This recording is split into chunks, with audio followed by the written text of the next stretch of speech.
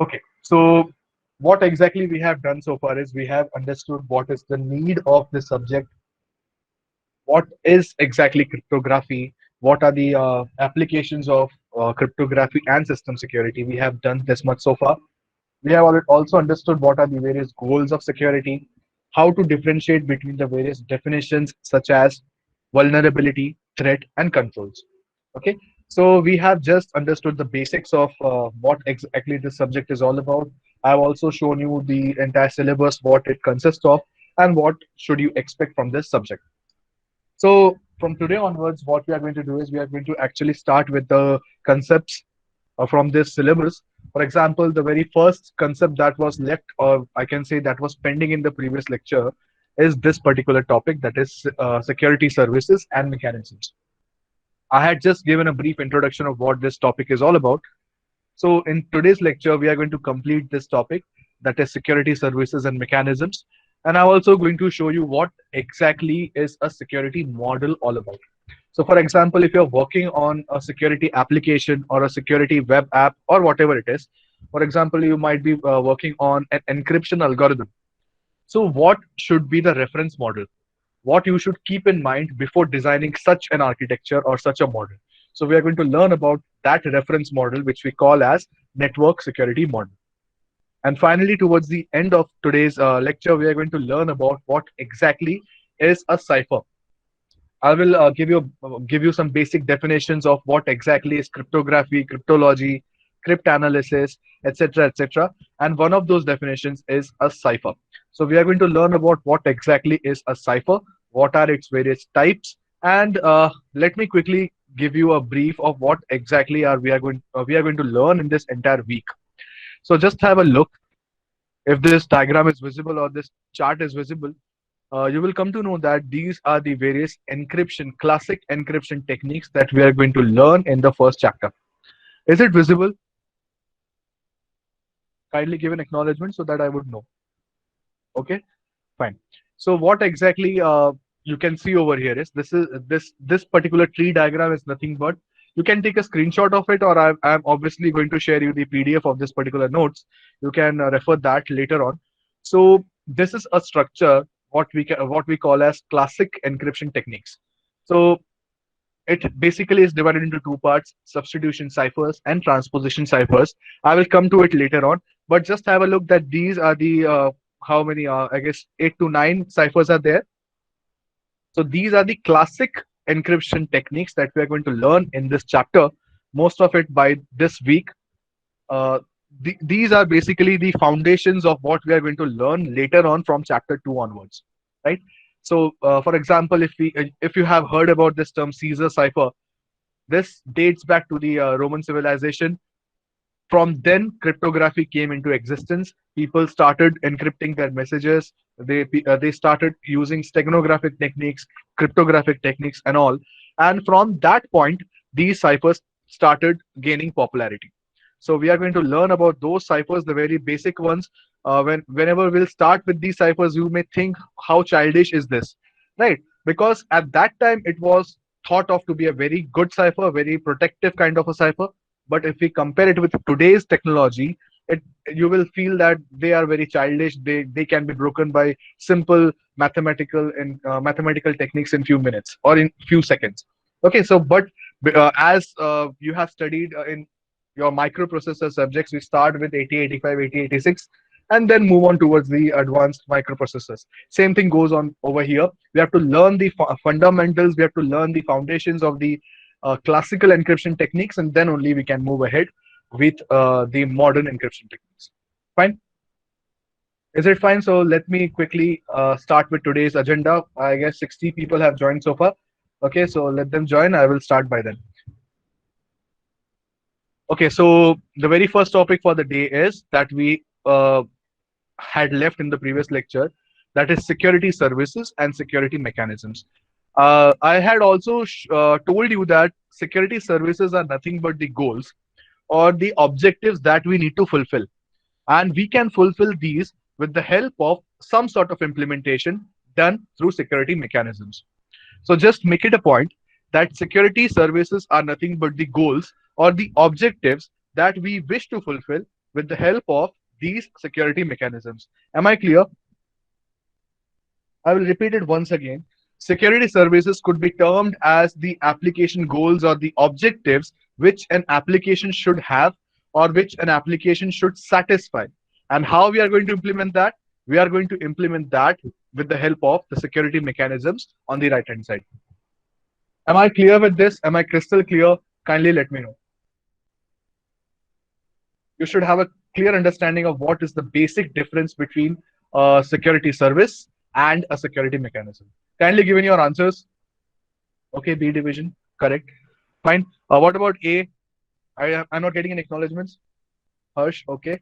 What about others? Only Harsh is present in the lecture or what? Okay, fine. Kindly try to be attentive as much as possible. I want interaction from you people also. Fine. Okay. So basically, I'm repeating again, security services are the objectives that one application, security application should possess or should fulfill. And we are going to implement that with the help of the security mechanisms on the right hand side. As you see over here, uh, you must uh, you must feel that most of these terms have already been covered in security goals. Am I correct? Because as you can see, there is one term called as confidentiality. There is again another term, integrity, availability. These all have been covered in security goals also. So that is why I told you that security services can be termed as or can be thought of as goals or objectives that we wish our application to possess. Right. And apart from those three goals of security, we are also having authentication over here, access control, as well as this term non-repudiation. That is one of the added security services. So if you are clear with the security services, then it will be cakewalk for you to understand what is security goals. Clear? We have already seen three out of these. For example, we have seen confidentiality, we have seen integrity, and we have seen availability. I guess there should not be any issues with these because we have done them over and over again. I've also uploaded a few videos on Google Classroom. If you are having any issues, you can kindly go back to them. You can revise them. I've also planned some weekly videos at the end of the week so that you get a revision of what are the various topics that you have covered in this week, so that you can again go back. Uh, just spend 4 to 5 minutes, and the entire concepts will be clear. Okay, fine. So this is what we are discussing over here. So let me start with authentication. So what exactly is authentication? You all know about that. Kindly give in your answers. What exactly is authentication? Yes, come on. I'm not going to focus on confidentiality, integrity, and availability again because we have already covered that. So whenever you get questions like this, explain security services, the definition remains the same, irrespective of whether it has been asked in security goals or security services. You have to define it in the similar fashion only. Fine.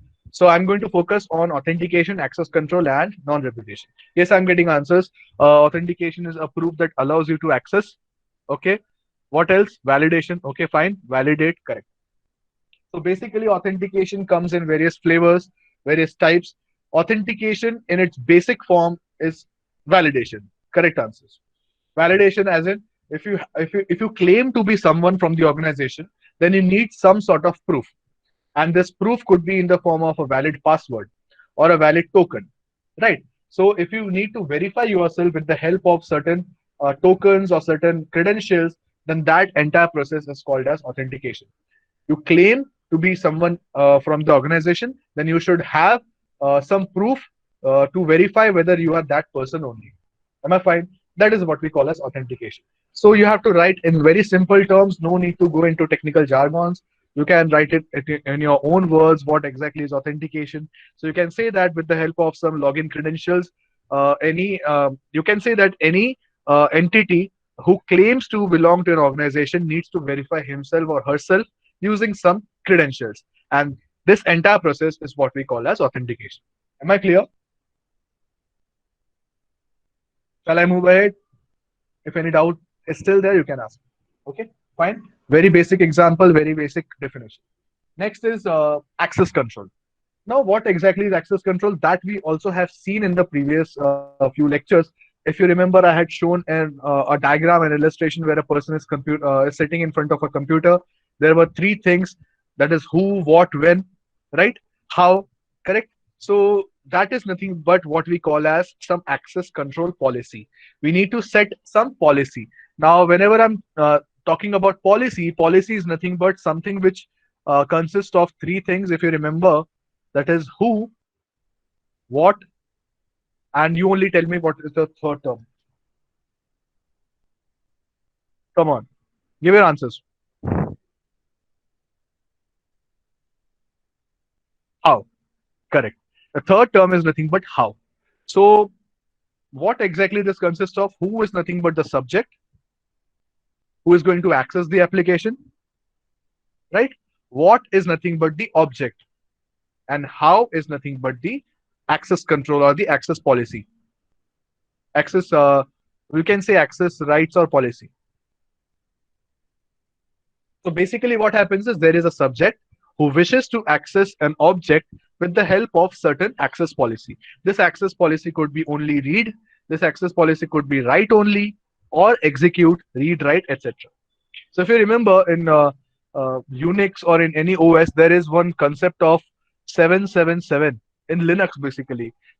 Do you know what exactly this means? If you have 777 rights, means you have got the entire access to the system. Am I clear? Have you ever come across this particular concept? Chmod, change modifications, giving rights as 777 in Unix. Okay, we'll learn about them in detail. So basically, if you have got access rights, I'm talking about this access policy. If you have got access rights of 777, it simply means that you can read, you can write, and you can execute. Right? We are having 3 bits, right? 2 raised to 3. Maximum is 8. So you can have from 0 to 7. So if I set the maximum value as 7, you can read all the files, you can write all the files, and you can execute all the files. Am I making sense now? Is it clear? Do let me know.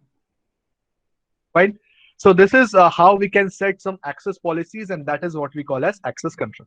Don't worry, I will share the notes, so you can just go through it once later. At this point of time, I'm just explaining the concepts. Fine. So this is what we call as authentication and access control. Next thing which is left is non-repudiation. I would like to give this definition because non-repudiation has not been covered in detail. So let me zoom into this definition and it will make things clear. I'm just reading it once for you. Non-repudiation prevents either sender or receiver from denying a transmitted message. It's as simple as that. So if you're having, let me take an example. If you're visiting an ATM and you're withdrawing 1,000 rupees from your account, the bill is generated, the receipt is generated, and you have got your 1,000 rupees. Now, one fine day, you can't deny that such a transaction happened because you were the person who went to the ATM, you withdrawn 1,000 rupees or whatever amount you have withdrawn from the bank, and you also got the receipt for that. But one fine day, you can't deny that you have actually performed that transaction. Why? Because you have got the proof. The bank has got the proof against that transaction. The bank has actually debited that 1,000 rupees from your account. Am I clear? So non-repudiation is basically it makes sure that if a transaction has happened or if any transaction has taken place, either of the sender or the receiver, they can't deny that such a transaction had taken place or not. Am I clear?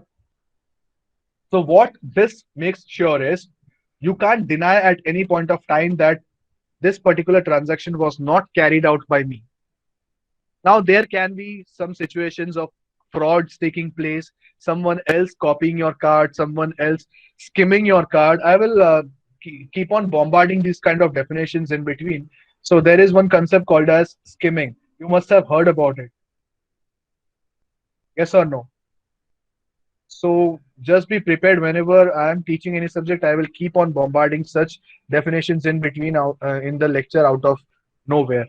Okay, so if you have any idea about skimming, kindly let me know. What is ATM skimming?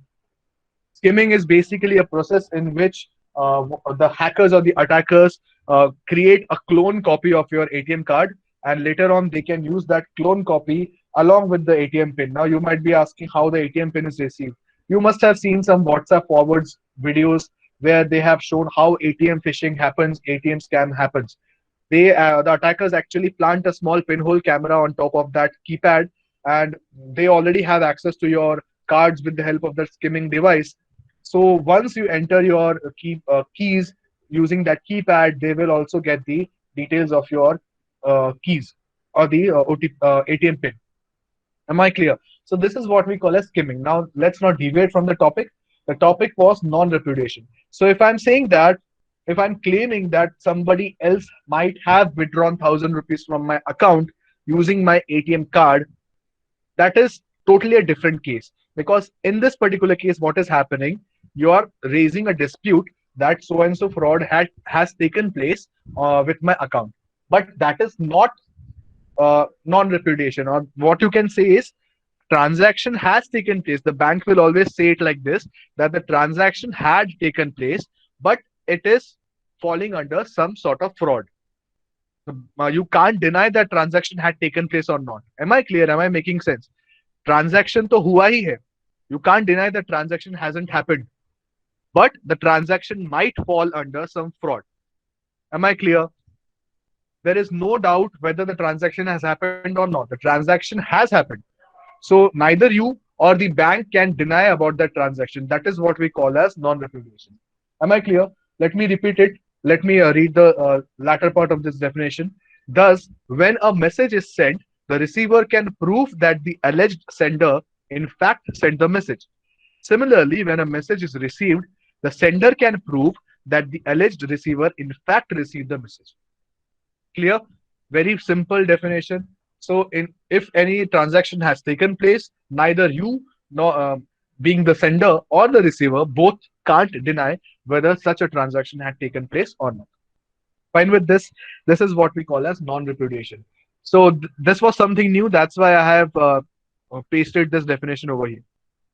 Fine. So we have seen what is access control, what is confidentiality, what is integrity, what is authentication, non-repudiation, and we already know what is availability. So these six are what we call as security services. So these are the goals or the objectives that any security application, irrespective of whether it being a standalone application or a web application, it should possess these six objectives. And how we can make sure that these objectives are fulfilled, that we can do with the help of these security mechanisms. Okay, so there are total 8 security mechanisms and 6 security services. So don't get confused. 6 security services and 8 security mechanisms, total 14. And you will see many of them are overlapping. So there is no need of any confusion. Just remember these topics and you can easily write something or in your own words. That is also fine with me. If you know the concept, I don't want any sort of high level technical answers from you. Simple answers in your own words will also do. Fine. So this is what we call as security mechanism. Just have a look. Just read it once again. What exactly are the 8 types of security mechanisms? Then I will start with each one of them one by one. First is encipherment. Second is digital signature. Then access control, data integrity. So you can see that few of the topics are repeating. So I won't focus on this because we have already seen what exactly is data integrity, what is access control. The only thing over here is now whenever you are answering this question in security mechanism, you have to write from the perspective of how actually you are going to provide access control, how you are going to provide data integrity. Am I clear? So over here, what you can do is access control. For access control, what you can do, you can implement access control with the help of some read write policies. You can implement data integrity with the help of some hashing. Am I clear? So over here, you need to write the answers from the application point of view. That is how actually you are going to make use of data integrity. Clear? Whereas in case of security services, you must write the answers from the theoretical point of view. That is, these are the objectives, and we should, or the application should satisfy these objectives. Am I clear? This is the basic difference between writing answers for security services and security mechanisms. Kindly let me know if you got this understanding, then I will go ahead. I basically explained how you should write your answers in terms of services and mechanisms. If you're asked about services, you should talk from the objective point of view. And if you're asked about the mechanisms, you should write answers from the application point of view, how actually you're going to implement that, or the implementation point of view. Fine. Correct. So let's move on. Okay, so the very first thing over here is encipherment. Any one of you who knows the answer for this particular question, any answers are accepted. We'll just add on to it. Encipherment. Anything close to what you think could be encipherment? Kindly let me know.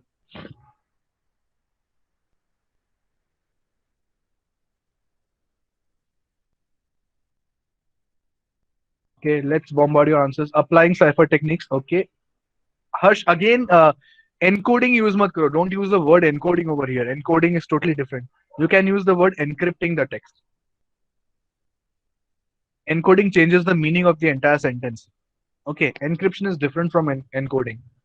You can say encoding the encrypting the text. Okay, next, applying cipher techniques, data making data unreadable. Okay, unauthorized. No. Okay, let me first read the definition from the book, then I will explain what exactly it is. Encipherment is basically the use of mathematical algorithms to transform the data into a form that is not readable or that is not readily intelligible. It simply means that you are having a plain text and you want to convert that plain text in some sort of a ciphertext. That is what we call as encipherment. Okay, I have just copied the definition. Let me just enlarge it and show it to you. I hope you can see this. The use of mathematical algorithms to transform the data into a form that is not readily intelligible. Am I clear? What does it mean is you are going through a process of making the data not readable to anyone else apart from the intended recipient of that message. Am I clear? It is basically encryption. Correct, Harsh. Like making the data readable only to the receiver and the sender. That is what we call as encipherment. Any doubts with this? You can also term encipherment as encryption or cryptography, whatever you want to call it, you can call it. But the basic term is what we call as encipherment. The process of enciphering or encrypting is what we call as encipherment. Fine. Any doubts with this? I'm audible, right? If you feel any lags in between or any network glitches, kindly let me know. Okay, fine. So let's move on with the second term, that is digital signature. So this is a very confusing term. I know you might have different sort of answers for this. Kindly let me know what exactly is your notion of digital signature. What you think could be a digital signature? Let me know that.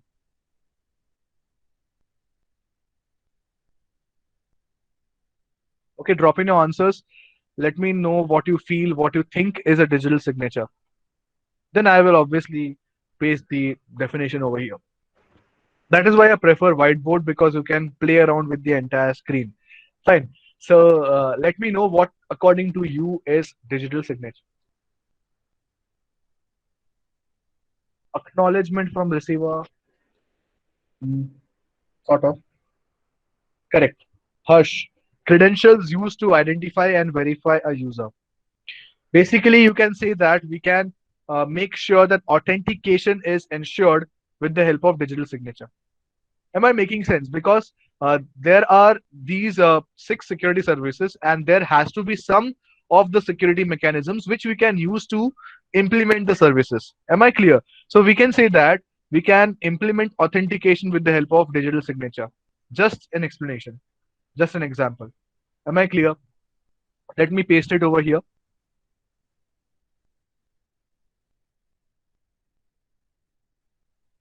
Okay, let's have a look at this definition.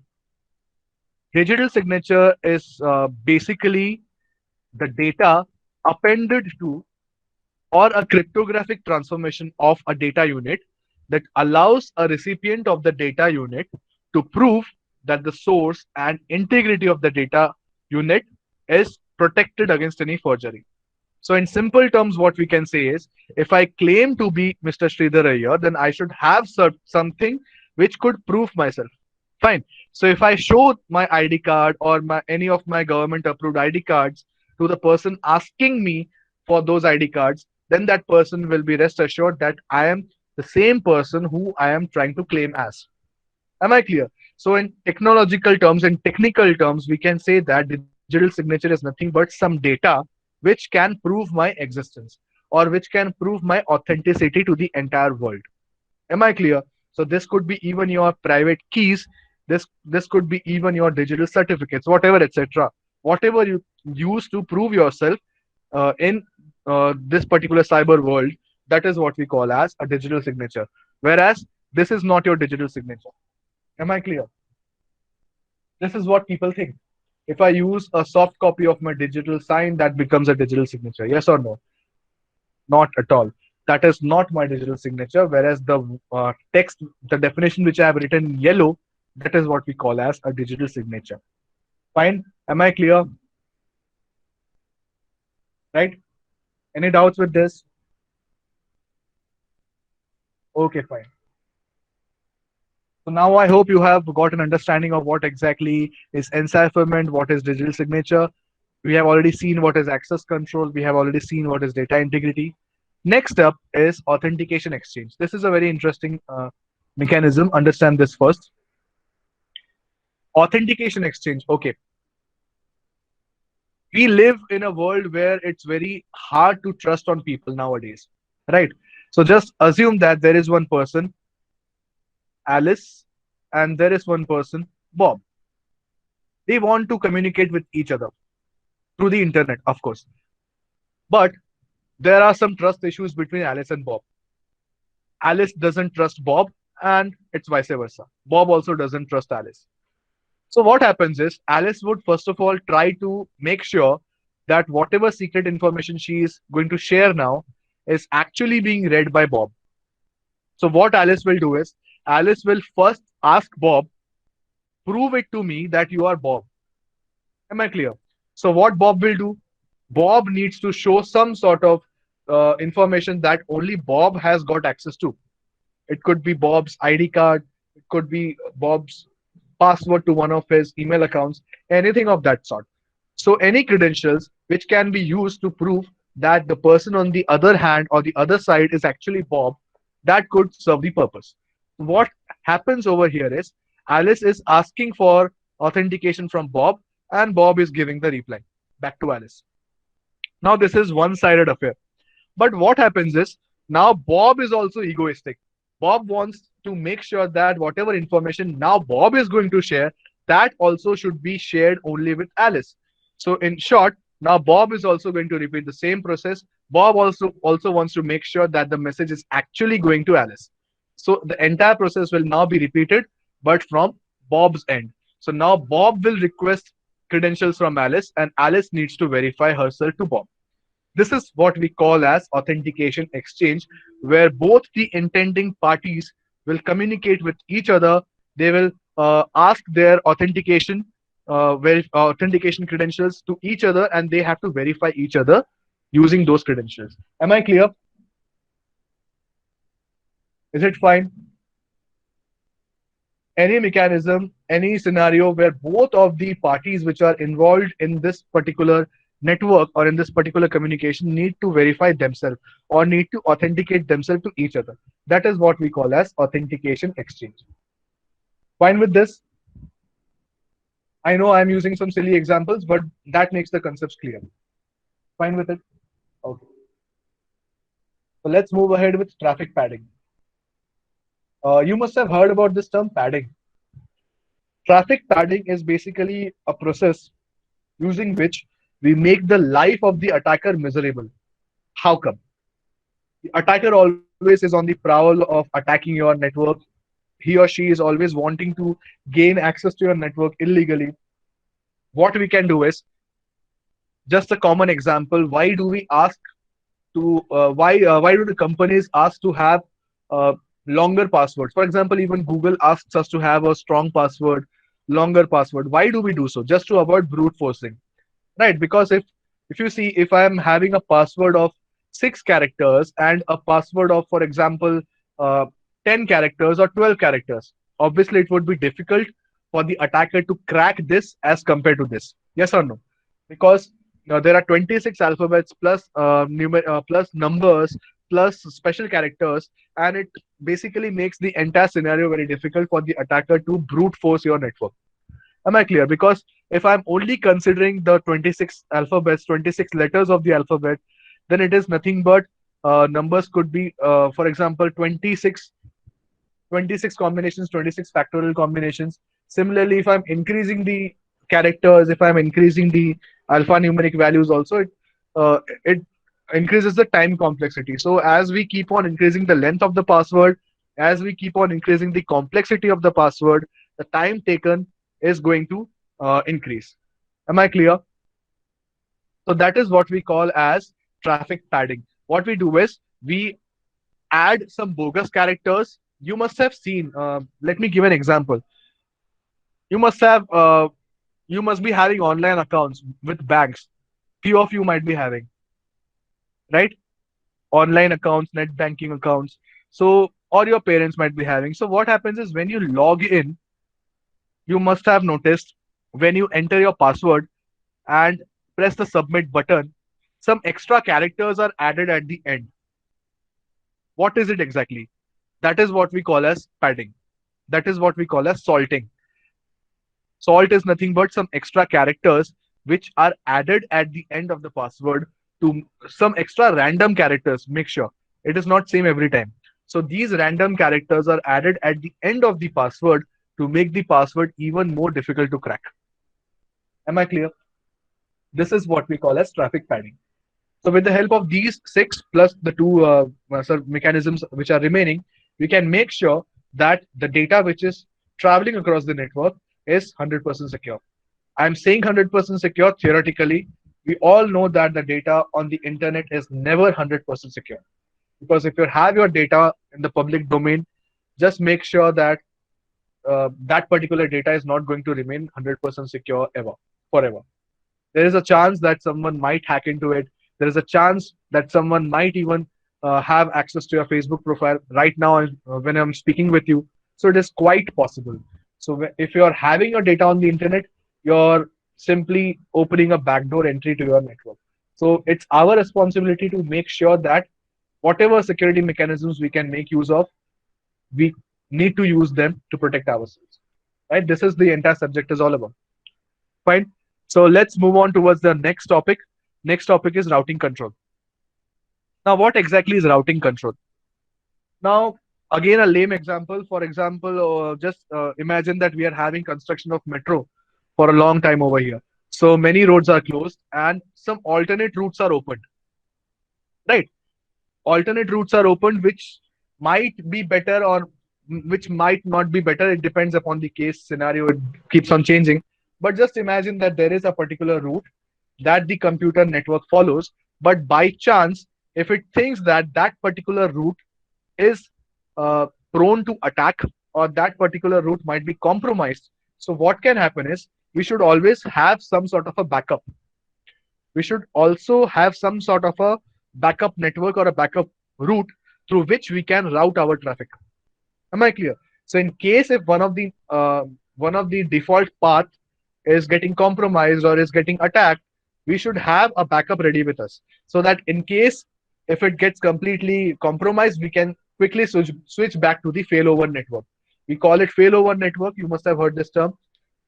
Backbone networks, failover networks, backup networks. So in case if your network falls or if it is attacked by some other attacker, then what you can do is you can quickly switch back to the other route. It might be slower, it might be faster, it depends on the usage, but at least we must have some sort of a backup. That is what we call as routing control. Clear? Any issues so far? Any doubts? You can ask me. Fine, can we move ahead? Okay, thank you. So last topic, that is the last security mechanism is what we call as notarization. Now, what exactly is notarization? Any one of you? Any idea? This term has obviously been derived from the term notary. Now, obviously, you must have uh, not obviously you must have experience going to the courts or going to the lawyers, getting some sort of affidavits, getting some sort of notarized documents. You must have experience in your entire life, right? So any example of notarization? Can any one of you explain what exactly could be notarization in your simple terms, in your own terms? I don't mind.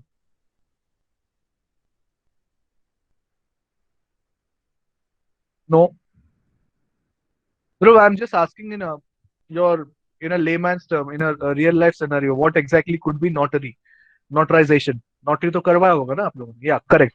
Which claims to be true. You must have obviously seen true copy documents, right? You have your documents. You must have submitted your mark sheets, etc., etc., your birth certificates. The, earlier, we used to go to the either to the court or to any of the lawyers to get them notarized or to get them true copied, so that whatever is mentioned over here when the document is authorized, it can be used in place of the actual document or the original document. That is what we call as a notarized copy or a true copy. So if I try to, yeah, kind of KYC, which verifies my legality, right? So we can say that anything, any trusted third party who can verify whether I am genuine or not, that entire proof of concept is what we call as notarization. So if I'm having a trusted third party, which the sender and the receiver both have faith upon, that particular trusted third party could issue certain documents. That trusted third party could issue certain digital certificates or digital signatures or whatever of that sort, which can verify that Alice is saying the truth or Bob is saying the truth. The only condition is that both Alice and Bob should have faith on that trusted third party. Am I clear? So basically, it's like a middleman who will sort out all the communications between Alice and Bob. So this particular middleman has got the authority to act on behalf of Alice or on behalf of Bob. That is what we call as notarization. And you will study in the later sections of this chapter that there is a concept of a trusted third party who will generate some sort of keys which can be used in the entire communication process. Am I clear with this? I hope we have got the understanding of what exactly security services and security mechanisms are. If you're having any doubts with this topic, kindly let me know. Take 1 or 2 minutes maximum, go through the entire topics once again, and then we will start with the next topic, that is network security model. Fine? Okay.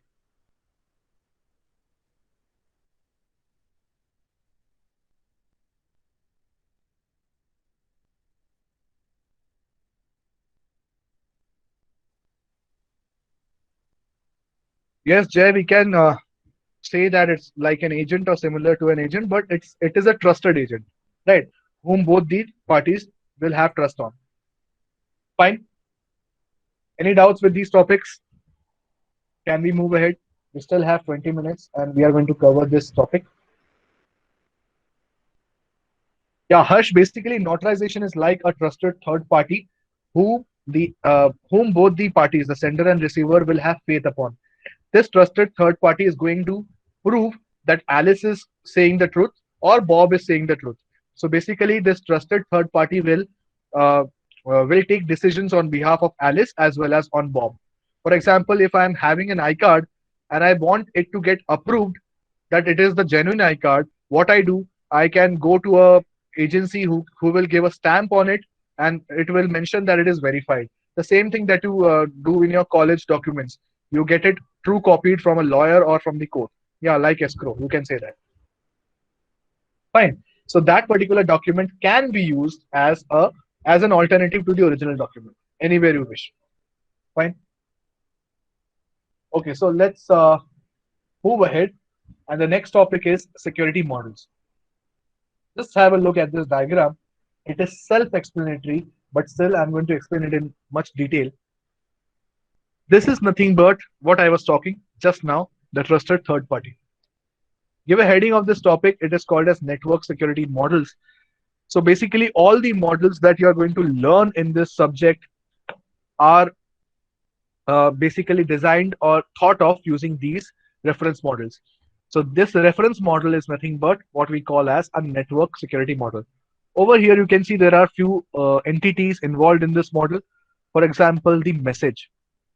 The message is nothing but the actual plain text which is sent by the sender.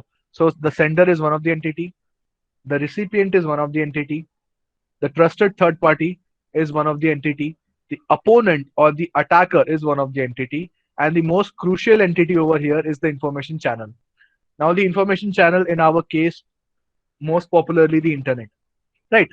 So what happens is if you're designing any web application or any security based application, you have to keep this reference model in mind before designing it.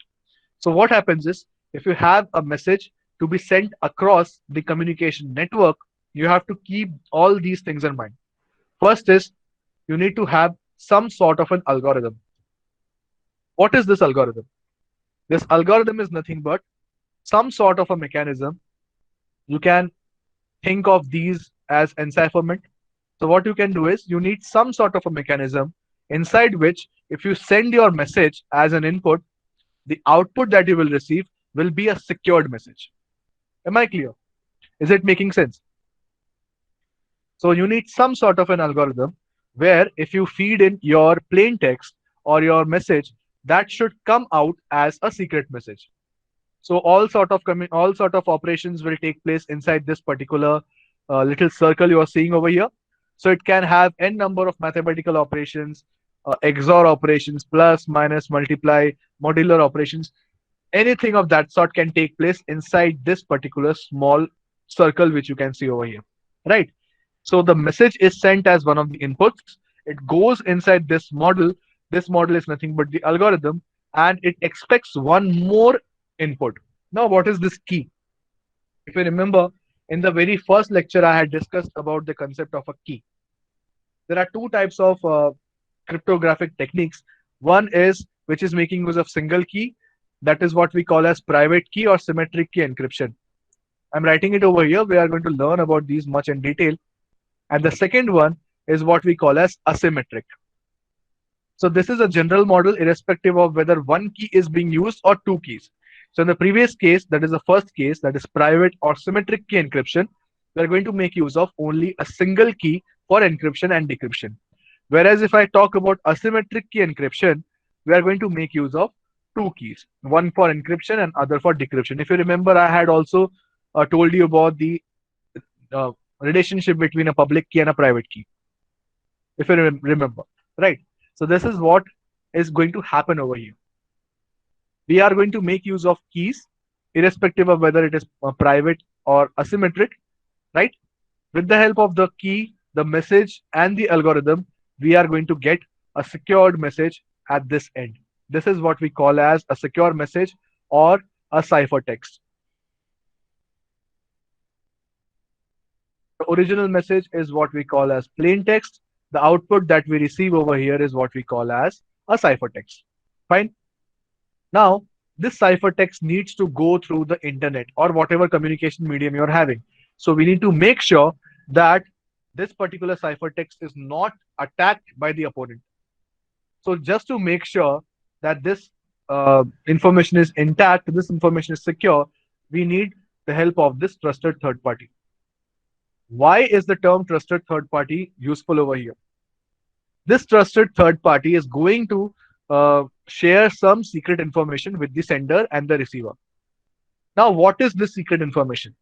The algorithm that we have seen over here, this could be any algorithm. It could be a data encryption standard, it could be advanced encryption standard, it could be RSA, etc. Don't worry about all these high level languages, high level terms. We are going to learn about all these algorithms in our respective modules. Fine. So just imagine that any of this algorithm might be used in this encryption process. So how do we know which algorithm is going to be used? That information is shared by the trusted third party. The trusted third party can tell the sender and the receiver that kindly use RSA or kindly use AES, because what I think is DES is outdated. So kindly make use of AES, any encryption. It could be 128, it could be 192, or it could be 256, whatever you wish. So they have to come to a conclusion that we are going to make use of AES 192. So what will happen? The trusted third party will first communicate with the sender and the receiver, and then they will come to a consensus or unanimous decision that we are going to make use of AES 192. So that is what is being shared between the sender and the receiver through the trusted third party. So over here we can say it is AES 192. Am I clear with this so far? Any doubts? If I'm going fast, kindly let me know. I can slow it down if you wish. This is my natural pace. So if you feel like you can interrupt me and let me know. Fine.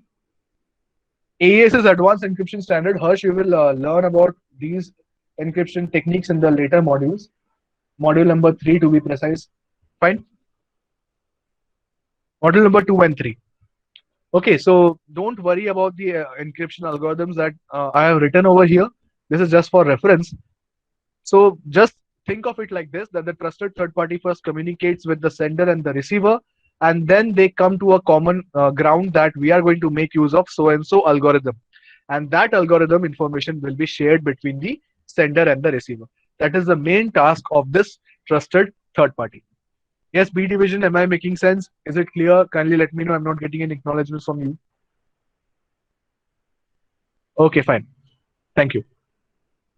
So after this is done, the opponent or the attacker doesn't know which sort of algorithm is used. So that is why we have to have a notion of trust or a notion of faith. Because what happens is if you trust this particular third party, that third party should not reveal the information to the opponent. That is where the concept of trust comes into picture, right? That is all hypothetical, but still we have to uh, assume that the trusted third party will not leak the information. If it does so, its licenses will obviously be snatched. Fine. So there are many examples. For example, Verizon. There is an example called as Komodo. These are all certification authorities who actually provide certificates, digital certificates. So you can think similar to this. There could be an organization which actually communicates between the sender and the receiver and makes sure that the communication happens in a secure fashion. Fine. So once the information is received by the receiver, what will happen? The receiver will apply the same encryption method which they had previously, what you can say, which they had previously assumed that we are going to make use of this. They will apply the encryption algorithm over here and decrypt the message back. Am I clear? Is it fine? Any doubts with this? Sorry.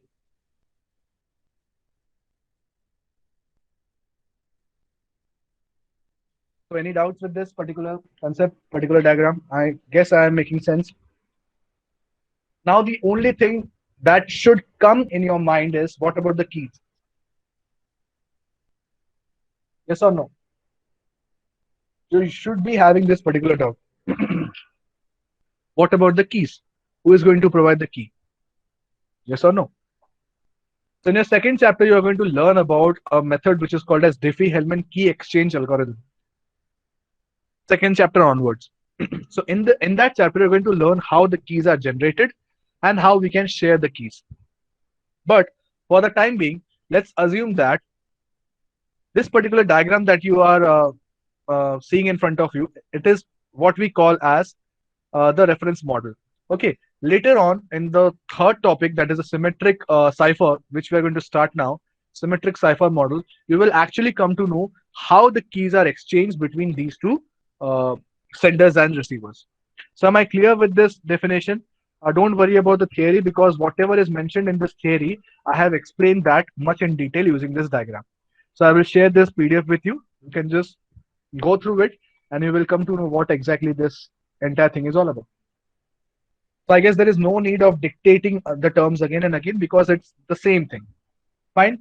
So we are done with the two topics, security services and mechanisms, network security model. The only thing left is symmetric cipher model.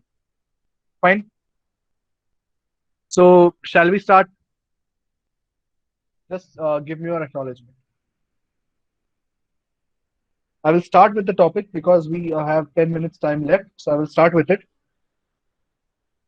Okay, fine. So let's start with this topic, which is what we call a symmetric cipher model. But before that, quickly, let's see some basic definitions. So over here, we have already seen some of the definitions. The very first thing is plain text.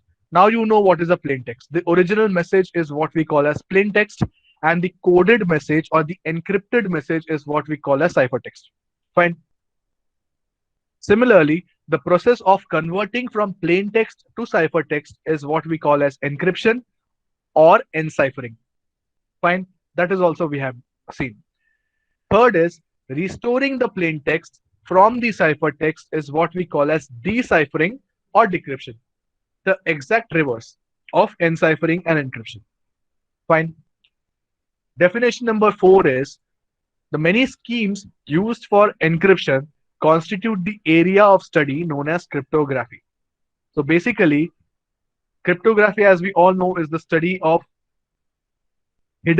secret writing, right? So what we can say is such a scheme which makes use of cryptography is what we call as a cipher, or any algorithm which makes use of cryptography is what we call as cipher. So that is why the term Caesar cipher, right? Fifth definition is what we call as cryptanalysis.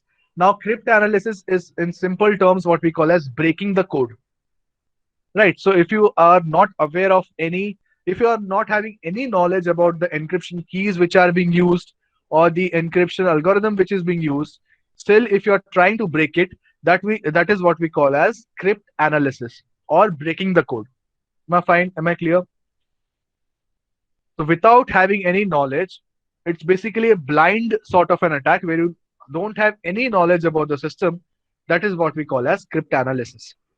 You might have obtained some sort of knowledge later on, but initially you start from a blank slate. You are not having any information about the system, and still you are trying to break the code. That is what we call as cryptanalysis, right? And finally, we have this definition, which is what we call as cryptology. So cryptology is nothing but the combination of cryptography and cryptanalysis. So if you are thinking it from the ethical hacking point of view, ethical hackers and black hat hackers, that is white hat and black hat hackers, have the same amount of knowledge. They have access to the same tools. The only difference lies in the ethics. So the white hat hacker will try to break the code and try to patch it up, whereas black hats will try to break the code and you exploit it, right? That is the basic difference. So the entire process of securing the code as well as breaking the code is what we call as cryptology. Fine. Because if you want to go one step ahead of the hacker, you have to think from the hacker's point of view. You can't say that I won't hack into the system. I will stick to my ethics. Obviously, you have to stick to your ethics. But first of all, you need to think from a hacker's point of view. What will the hacker try? What are the various tools that the hacker might be using if he or she finds out about this vulnerability? Am I making sense?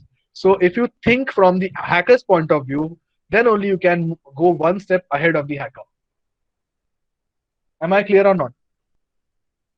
Because if I'm simply plugging in the vulnerabilities, if I'm creating an algorithm, and if I want to patch up the vulnerabilities, then I must know what are the various areas where the hackers can attack my system. So first of all, I have to think from the hacker's point of view, then only I will get the clear picture. The only difference lies is the only difference where it lies is in the ethics. Fine. So let's move on ahead. Last 5 minutes are left. I will just quickly tell you the difference between the simplified model that we had seen just now. Okay, just have a look. This is a symmetric model. Don't worry, I'm going to repeat this entire concept tomorrow also. So don't worry, we will miss some topic or not. You won't miss anything. So this is what we call as a simplified model of symmetric encryption. Symmetric encryption is nothing but again making use of a single key for encryption as well as decryption. Now, if you compare this diagram with this particular diagram, you will see that both of them are same or both of them are similar. I'm just skipping this trusted third party thing over here, and we are just assuming that both of these senders and receivers have already agreed to a common algorithm, and they are going to make use of that algorithm. For example, over here, AES. Am I clear? So this is the plain text. This is the encryption algorithm. This is the secret key. This is the transmitted ciphertext. This is the decryption algorithm, and this is the entire reverse process. How we can get the plain text back. Am I clear? This is the ciphertext. It is exactly same to what we had seen just now. But as I was explaining that, what about the keys? So that so this particular simplified model will not hold good in the real world.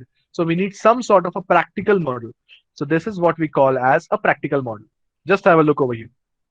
Similar diagram with some changes. Over here you can see there is a key source. This key source will generate the keys, and with the help of a secure medium, we are going to share those keys with the sender as well as to the receiver. Is it making sense now? All the doubts which should have been asked earlier, I guess that is now being cleared over here. Is it clear? There has to be some sort of a key source which will generate the keys, and those keys need to be communicated to the sender as well as to the receiver with the help of a secure channel. This secure channel could be end-to-end protected or end-to-end encrypted, whatever channel you wish, you can use that. And with the help of that secure channel, you can then make use of the keys. In older days, what used to happen, this secure channel could be thought of as a physical channel, where actually people used to carry the keys, go to the location, they used to give the keys, and using those keys, the messages could be unlocked. So similar to that, we can think that there needs to be some sort of a secure channel, and using that secure channel, we can transmit the keys. Am I clear? So this is the basic model of cipher symmetric encryption technique, and this is nothing but the practical model. So in exam, you can draw any of these models, no issues with it. Both will be having the same marks. If you draw the first diagram, that is also fine. Or if you are well versed with the second diagram, that is also fine. One thing you can note over here is there is this concept of cryptanalyst. So this cryptanalyst could be a hacker. The hacker has got access to X dash. Now, what is X dash? Can anyone let me know what is this X dash and Y dash? Just last 2 minutes are left.